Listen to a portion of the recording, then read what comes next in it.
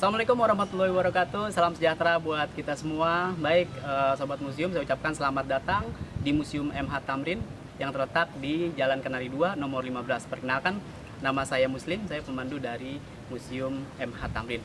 Seperti Sobat Museum dan kebanyakan orang-orang saat ini, kami bekerja dari rumah atau work from home.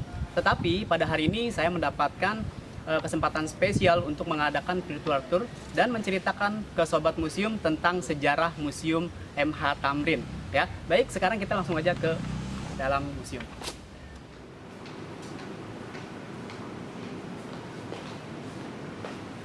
Halo Sobat Museum, sekarang kita sudah ada di dalam Museum Muhammad Husni Tamrin. Nah, sekarang kita akan tur di dalam Museum MH Tamrin ini. Nah, sebelum kita tur di dalam Museum MH Tamrin ini, saya akan ceritakan sejarah singkat dari gedung Museum MH Tamrin ini.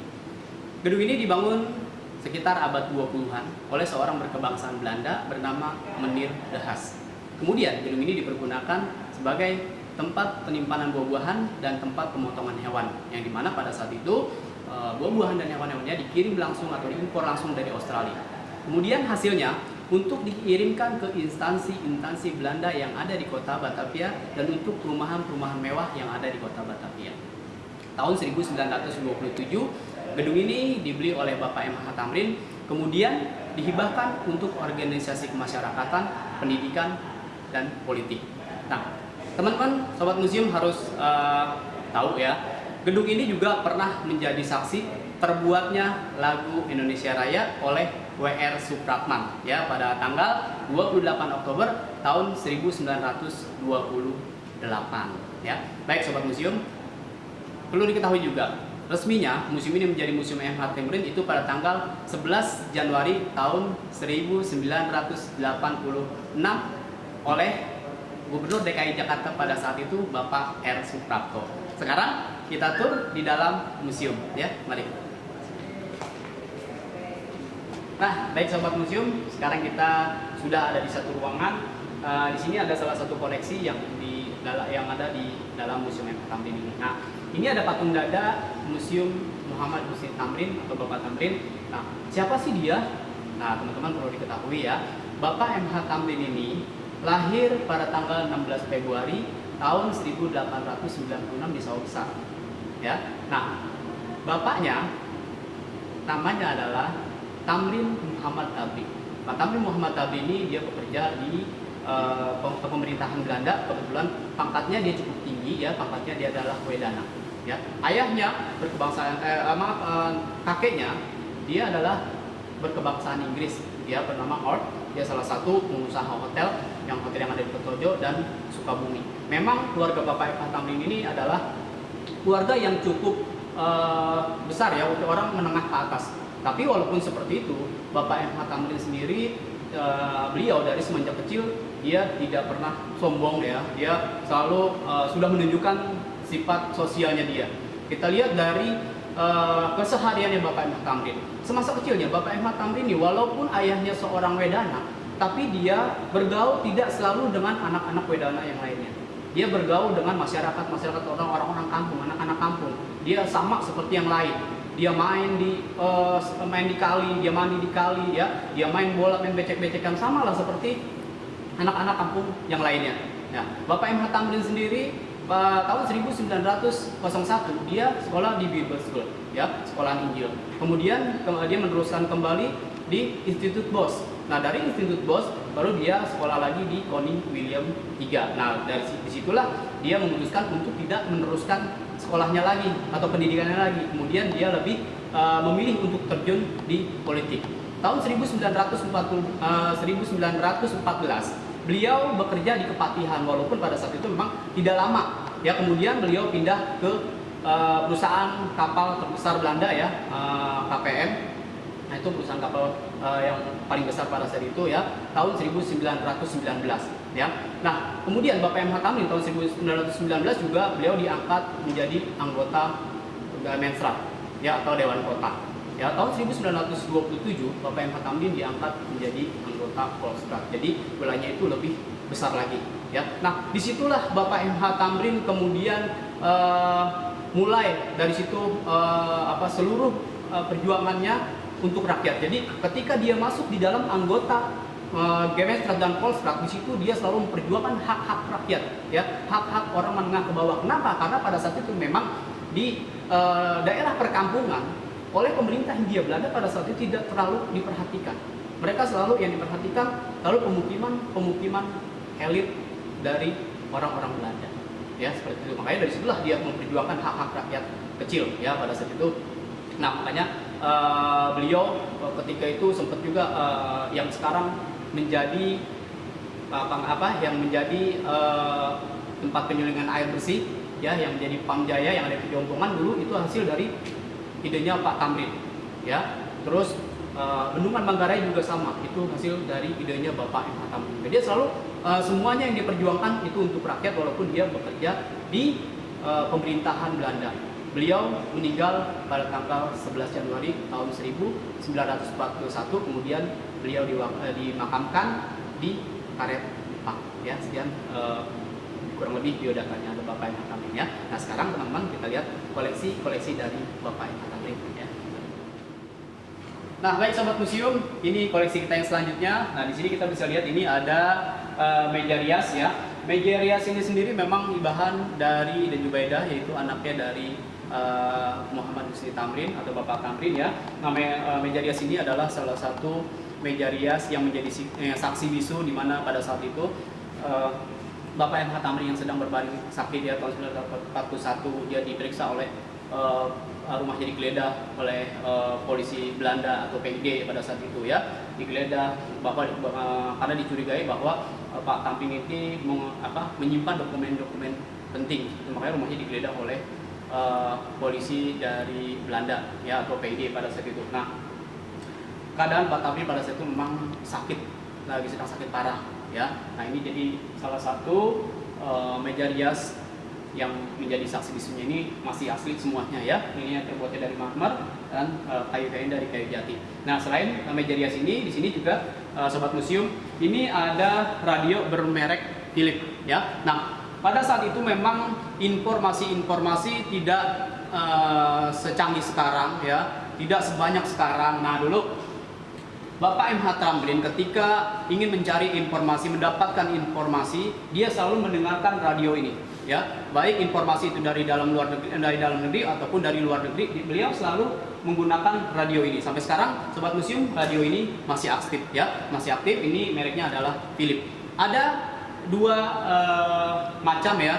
Ada satu yang ini yang besar, ada lagi yang kecil. Biasanya yang besar seperti ini untuk ditaruh di ruangan, ya, ruangan besar. Ada yang kecilnya itu biasanya ditaruh di dalam ruangan. Nanti kita bisa lihat koleksi yang selanjutnya radionya yang lebih kecil, ya. Ini radio dari Bapak M. H. Tamrin, ya, koleksi Bapak M. H. Tamrin yang pernah beliau gunakan untuk mencari informasi baik dari dalam ataupun luar negeri, ya. Baik, kita lihat lanjut lagi ke koleksi yang berikutnya. Nah, baik sobat museum, ini ada koleksi kita yang selanjutnya. Di sini bisa dilihat ini ada belangkon, ya. Ini adalah belangkon yang pernah digunakan oleh Bapak M. H. Tamrin pada saat Kongres Permufakatan Perhimpunan Politik Kebangsaan Indonesia atau PPPKI, ya, di Surakarta, ya, pada tahun 1939. Belangkon ini merupakan belangkon gaya Surakarta, ya. Dan juga di sebelah sana kita lihat itu ada piring keramik, ya. Piring keramik ini adalah sumbangan keluarga dari Bapak M. H. Tamrin. Dan juga seperti yang saya bilang tadi, ada dua tipe radio, yang satu besar dan yang satu kecil. Yang tadi besar itu untuk di dalam ruangan dan yang kecil biasanya untuk di dalam kamar, seperti ini contohnya, ya. Ini adalah radio merek Philips, sama seperti yang tadi di depan sana, ya. Ini radio bermerek Philips, ya, yang biasanya ditaruh di dalam kamar untuk mendapatkan informasi, ya, baik dari dalam ataupun dari luar negeri. Nah, seperti itu, ya, teman-teman. Di sini kita lihat koleksi yang selanjutnya, ya. Nah, baik sobat museum, di sini ada koleksi kita yang berikutnya, ya. Ini diorama Gemenstrat. Nah, diorama ini menceritakan tentang rapat Gemenstrat, ya, tentang rapat Gemenstrat. Di sini Bapak Husni Tamrin, ya, menyampaikan gagasan-gagasannya pada saat itu, ya. Di antaranya mengenai perlunya pemerintah Batavia memperhatikan kaum pribumi, ya, dengan melakukan perbaikan kampung dan penyediaan air bersih. Makanya pada saat itu Bapak M. H. Tamrin berdiri di sini, dia menyampaikan gagasannya untuk perbaikan kampung. Ya, pada saat itu salah satunya adalah air bersih. Nah, contohnya yang berhasil beliau sampaikan di sini, yang berhasil beliau sampaikan dan berhasil dikerjakan, contohnya adalah Pamjaya, yang sekarang menjadi Pamjaya, penyulingan air bersih yang ada di Pejompongan, ya, yang sekarang lebih dikenal dengan nama Pamjaya. Nah, itu hasil dari penyampaian atau masukan Bapak M. Tamrin ketika beliau rapat di anggota Gemenstrat ini, ya. Kurang lebih seperti itu cerita tentang diorama dari Gemenstrat ini, ya. Bapak M. Tamrin sedang rapat di Gemenstrat atau menyampaikan gagasan-gagasannya ketika rapat di Gemenstrat, ya, kurang lebih seperti itu. Nah, koleksi yang berikutnya. Nah, baik sobat museum, ini ada koleksi kita yang selanjutnya. Di sini kita bisa lihat, ya, ini adalah diorama penggeledahan kediaman Bapak M. Tamrin. Nah, teman-teman bisa dilihat di sebelah sana Bapak M. Tamrin sedang sakit pada saat itu, dan ini adalah polisi Belanda atau PD pada saat itu yang menggeledah rumah Bapak M. Tamrin karena dicurigai pada saat itu Bapak M. Tamrin ini menyimpan berkas-berkas penting, makanya digeledah oleh Belanda pada saat itu. Keadaan Bapak M. Tamrin pada saat itu sakitnya sudah sangat parah, ya. Nah, ini kurang lebih seperti ini pada tanggal 6 Januari tahun 1941. Nah, setelah dari sini tidak lama beliau meninggal dunia, ya, 11 Januari tahun 1941. Ya, ini adalah diorama tentang penggeledahan rumah Bapak M. Tamrin. Nah, baik sobat museum, di sini juga ada salah satu koleksi lagi, ya. Ini koleksi adalah koleksi meja makan, tapi mohon maaf ini adalah replika, ya. Ini satu set meja makan dari Bapak M. Tamrin. Kurang lebih seperti inilah meja makan beliau di rumahnya pada saat itu, ya. Ini salah satu contohnya, ini adalah replikanya, ya, replika meja makannya dari Bapak M. Tamrin. Nah, pada saat itu Bapak M. Tamrin memang perjuangannya pada saat itu seluruhnya untuk rakyat. Makanya pada saat itu teman-teman, ini bisa dilihat di sini ada salah satu koleksi alat transportasi di masa itu, ya. Ini namanya delman, ya, delman atau bendi pada saat itu nyebutnya, ya, delman, ya, orang lebih mengenal lebih banyak ini adalah delman. Nah, delman ini adalah salah satu transportasi pada masa itu yang dipergunakan di Jalan Kenari, ya. Nah, selain ini teman-teman bisa dilihat lagi ketika Bapak M. Tamrin meninggal dunia, ya, beliau meninggal dunia pertama kali, beliau itu dibaringkan di dipan ini, ya. Ini dipan asli ketika Bapak M. Tamrin meninggal dunia tahun 1941, beliau dibaringkan di sini, ya. Beliau dibaringkan di sini. Nah, setelah dibaringkan di sini, ya, ada prosesi selanjutnya. Kemudian ketika beliau dibawa ke karet bipak menggunakan kereta jenazah seperti ini. Nah, kereta ini adalah salah satu kereta milik pemerintah Hindia Belanda. Biasanya jenazah-jenazah yang diangkut dengan kereta ini biasanya itu adalah jenazah orang yang menengah ke atas atau orang-orang kaya, orang-orang yang mempunyai jabatan yang bisa jenazahnya dibawa menggunakan kereta jenazah ini. Loh, kenapa kok Bapak M. Tamrin bisa? Karena pada saat itu Bapak M. Tamrin sendiri dia masih termasuk di dalam anggota Polstrat ketika beliau meninggal dunia. Makanya jenazah beliau diizinkan dibawa karet pipak itu menggunakan kereta jenazah ini, ya, sampai ke pemakamannya dengan iring-iringannya. Pada saat itu seluruh rakyat mengiringi jenazahnya beliau, ya, di pinggir-pinggir jalan, ya, sampai ke pemakaman beliau, ya, teman-teman. Nah, ini adalah kereta jenazah, ya, untuk mengangkut jenazah Bapak M. Tamrin.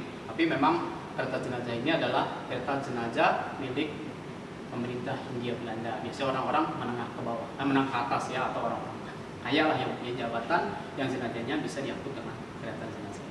Nah, baik sobat museum, sampai di sini virtual tour kita di Museum M. Tamrin. Mohon maaf kalau ada kekurangan dari kami. Mudah-mudahan bermanfaat. Wassalamualaikum warahmatullahi wabarakatuh. Salam museum, museum di hatiku.